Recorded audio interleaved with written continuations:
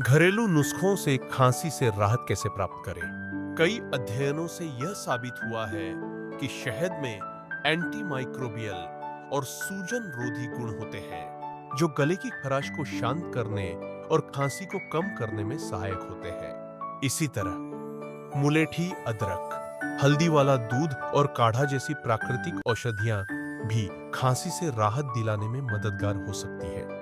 हालांकि किसी भी प्राकृतिक उपचार को अपनाने से पहले यह जानना जरूरी है कि खांसी का कारण क्या है। यदि खांसी 3 सप्ताह से अधिक बनी रहती है, बलगम में खून आता है, सांस फूलने लगती है या अचानक वजन कम होने लगता है, तो तुरंत डॉक्टर से संपर्क करें।